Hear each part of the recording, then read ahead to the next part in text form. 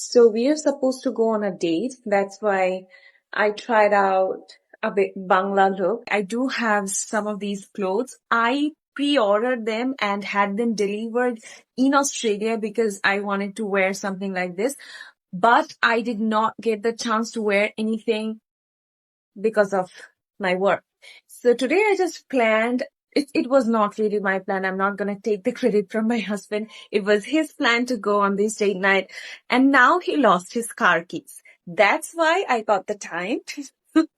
How can someone lose their car keys? আমি তো ঠিক জায়গায় রাখি তারপর কি মানে ওর কথা হচ্ছে যে আমি তো ঠিক জায়গাতেই রাখি, বাট কিভাবে হারায় আমি জানি না।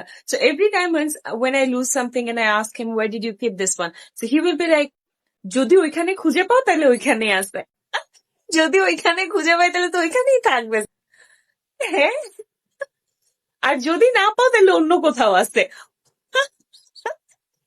এটা এটা কি ধরনের অ্যালগরিদম? হ্যাঁ, যদি ওইখানে খুঁজে পাও তাহলে ওইখানে আছে, যদি মানে একটা জিনিসের জন্য তো 10টা জায়গা থাকতে পারে না, একটাই থাকবে। হ্যাঁ, তো তুমি 2-3টা ডেজিগনেটেড জায়গা থাকবে।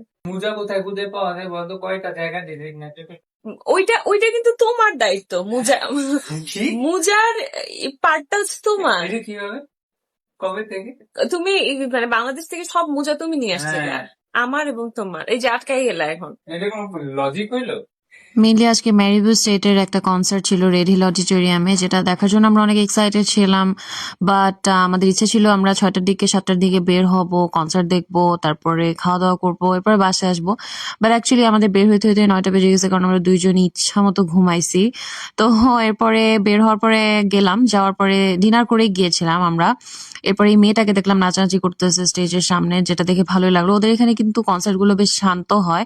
আমাদের দেশের কনসার্ট গুলো আমার কাছে মনে হয় যে অনেক বেশি ভাইব্রেন্ট হয়, মানুষ অনেক এনজয় করে। ওরা এনজয় করে, but most of them are like sitting there just watching the show, that's it. তারপরে আমি কি যেন বলতেছিলাম, hiding my husband from the world.